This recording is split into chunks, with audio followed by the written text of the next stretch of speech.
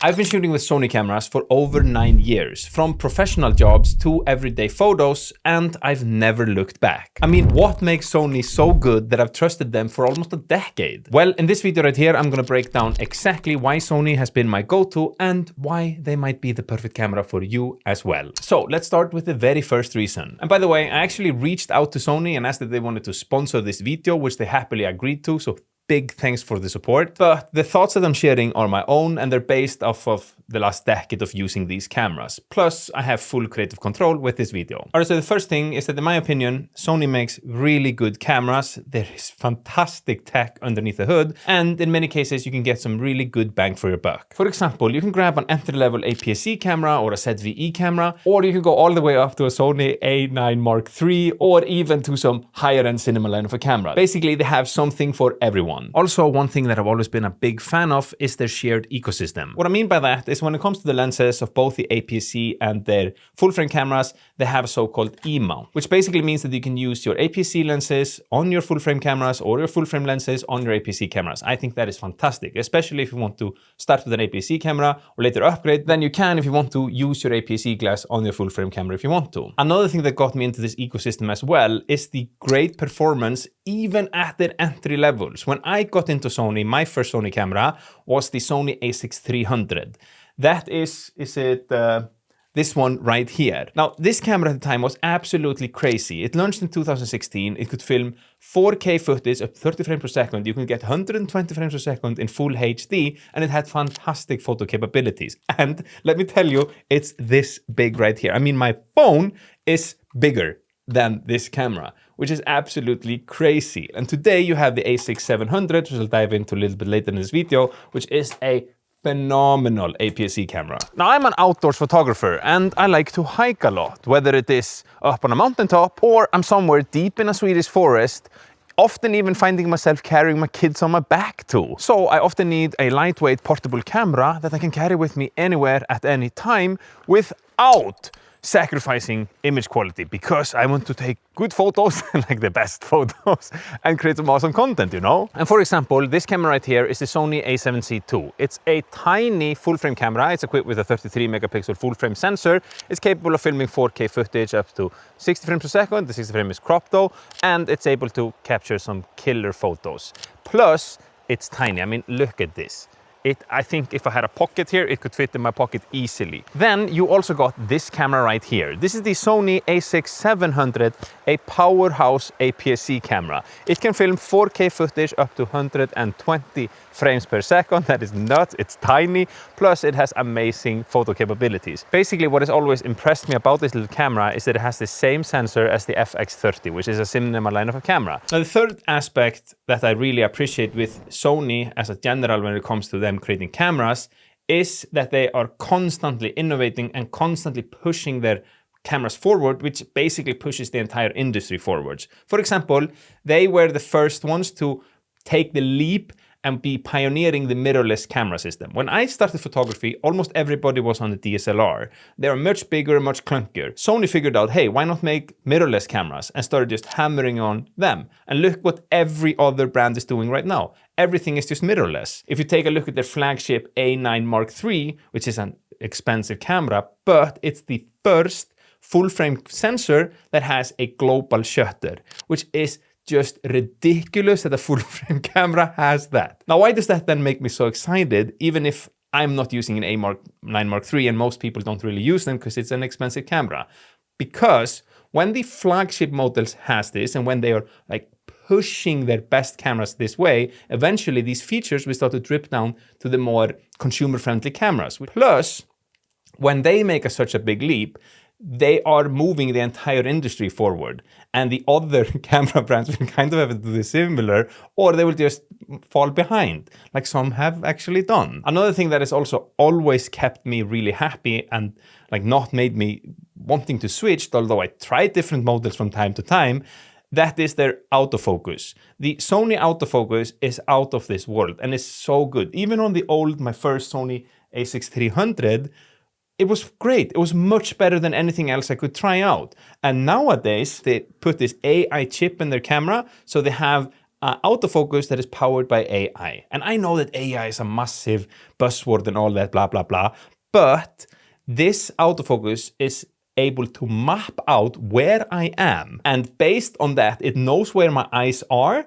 So even if I turn away or I move behind the object like a tree, it keeps me in focus because it knows I'm a human and it knows where my eyes is and it just locks focus there. And it can do that to birds, planes, and a whole roster of different things. Absolutely crazy. Now, if you followed my work for a little while, you've noticed that I very often like to shoot these nice locations and then I have a subject in the frame. Usually it's me. I'm shooting this by myself. My camera's on a tripod and then I walk into the frame. It gives the photo more depth and it has a sense of scale as well.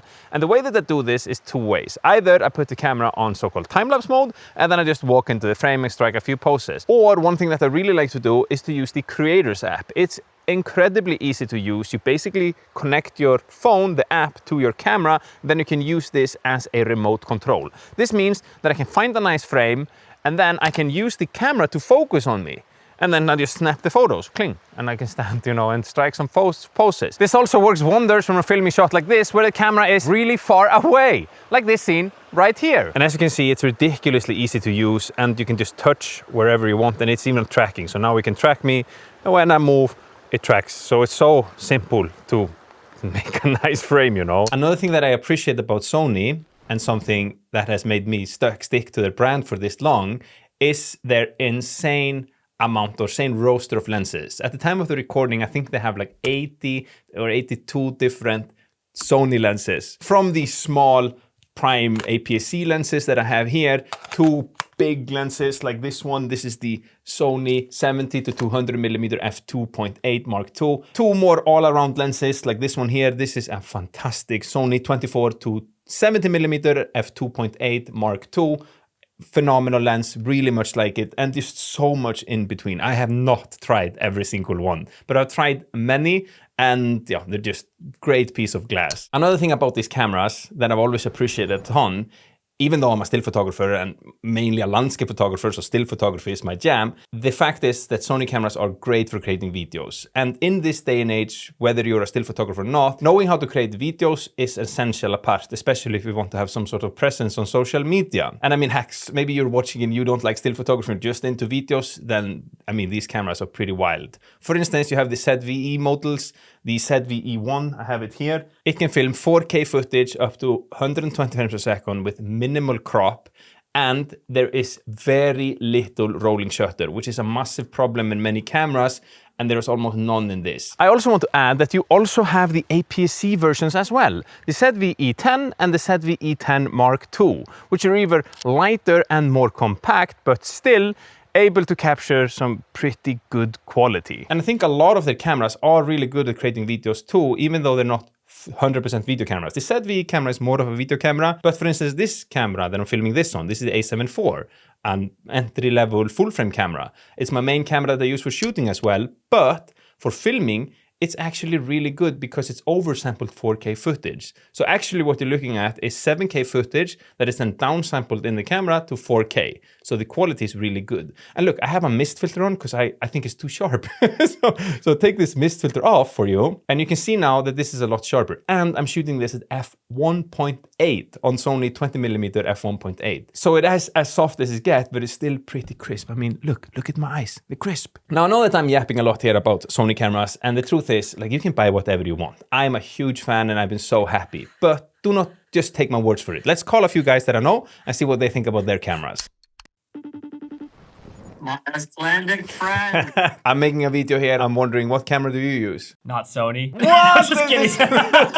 This camera. I'm using this right here still, the old workhorse. This is the Sony A7S III. Didn't you switch from like what, Lumix? Canon R5 to this. You happy? Yes, it's got everything I need. That's why I haven't switched yet still. All right, so TEPPO mostly makes video. Let's call another guy who's a phenomenal photographer. OLLE, my man. Hey. What camera do you use? So I use the A1 Mark II. Wow, big baller. I have the Ferrari. You have the Ferraris. You managed to take any good photos with them? No. I'm really, really happy with the camera. I absolutely love it. All right, so let's call one more guy, and I think many of you know who this is. Hello. Hey, big guy. So what camera do you use? I'm actually using 2 different or 3 different cameras at this point. Whenever I'm out on the go and shooting anything that is requiring me to have the lightest setup, I go for my ZV-E1. Whenever I shoot here in the studio, when I'm doing longer talking heads and that kind of stuff, I go for the FX3. Okay. And when I want to take my thumbnails and shoot my B-roll on the go, I use my A9 III. Are you happy? Incredibly happy. I think that having the tools that requires you to do as little work as possible is essential to be a content creator. That is the autofocus and all those smart features that you don't have to think. You just think about the frame and what the story and what you're gonna do, and bam, the camera kind of take care of the rest. It's sick, I know. Exactly. Now the camera that I use most of the time in my everyday camera is actually the A7 IV. It's a fantastic camera for me. It's not that expensive in the realms of like cameras and all that. It can film 4K footage up to 60 frames per second. The 60 frame is cropped, and the photo capabilities is fantastic. And like I said before, the 4K footage is actually oversampled 4K footage. So the quality is great. I mean, you've been looking at the entire video where I'm filming with it. And all of the photos that are taken with it are just so good. It's a 33 megapixel full frame sensor. It has a 5-axis like in-body stabilization, and I just really happy with this camera. Now, if I were just starting out, then I would think to myself, do I want an APS-C or do I want a full frame? The APS-C on Sonys are smaller, more portable, like we talked about earlier. They're also cheaper, and the lenses are cheaper, so everything around them costs less. Now there you have multiple different things that you could choose from. You could choose the older version, the A6300 and those, or you can get the A6700. It's this one right here. This is a phenomenal camera. It is absolutely wild how good this is. And this is my go-to camera when I'm hiking and I want to pack lightweight. Now these are my choices because I like still photography too, but I also like to film videos, and these cameras can do that. Now, of course, if you have the A7 IV, you do also have the A7C II Mark II.